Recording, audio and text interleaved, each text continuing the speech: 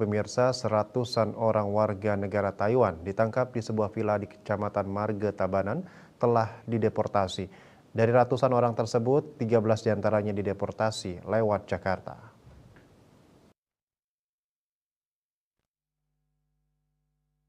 Pasalnya mereka diduga melakukan kejahatan berat di negaranya. Mereka, menurut Direktur Jenderal Imigrasi Kementerian Hukum dan HAM, Silmi Karim, melakukan kejahatan berat seperti melakukan tindakan pidana pencucian uang TPPU, narkotika, dan penyerangan di negaranya.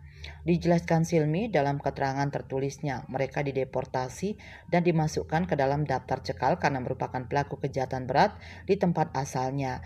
Bahkan 11 orang diantaranya telah dicabut paspornya.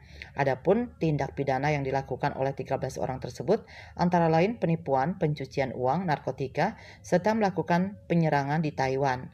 Mereka dideportasi melalui Bandara Soekarno-Hatta dengan maskapai China Airlines yang berangkat menuju Bandara Internasional Taoyuan, Taiwan. Ditambahkannya, Ditjen Imigrasi menyerahkan sejumlah barang bukti kepada pemerintah asal negara pelaku kejahatan. Polisi asal Taiwan turut melakukan pengawalan ketat kepulangan ke-13 orang tersebut. Direktorat Jenderal Imigrasi berkomitmen melakukan deteksi dini dan deteksi aksi agar Indonesia tidak dijadikan sebagai tempat pelarian para pelaku kejahatan atau DPO dari negara lain. Mia Bali Post melaporkan.